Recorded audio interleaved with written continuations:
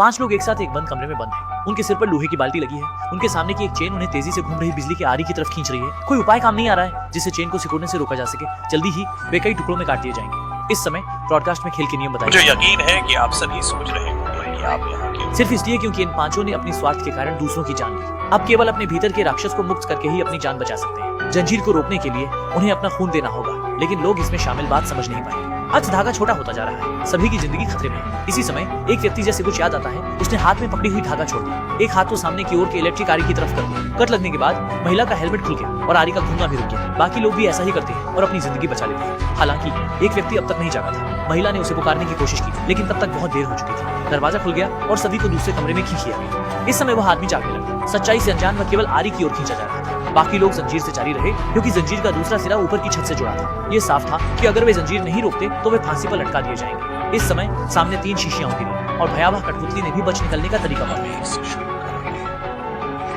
दरअसल यह चरण सामने वाली इस छोटे बालों वाली महिला के लिए है, जिसने लूटपाट के कारण एक राहगीर को मरवा दिया था, लेकिन अब उसे भी जहर का इंजेक्शन दिया गया है और जहर इन 3 टेस्ट ट्यूबों में से एक में है शीश अत्यधिक संकेंद्रित सल्फ्यूरिक एसिड है। छोटे बालों वाली महिला को विकल्प चुनने की हिम्मत नहीं कर पा रही है और उसी समय बाकी सभी को लोहे की जंजीर से लटका दिया जाता है। थोड़ी देर बाद सभी का गला घोंट दिया जाता है। जान बचाने के लिए दाढ़ी वाले ने सभी दवाइयां छोटी बालों वाली लड़की के शरीर में इंजेक्ट कर दी। अगले ही क्षण जंजीर खुल गई और सब लोग बच गए, लेकिन छोटी बालों वाली लड़की स्तब्ध होकर जमीन पर घुटनों के बल बैठी रही। बाकी लोग सिर्फ देख सकते हैं कि कैसे वही मजबूत ऐसे निकल गई। इसके बाद अगले दौर का दरवाजा भी खुल गया, लेकिन आगे क्या चुनौतियां ये वे नहीं जानते थे।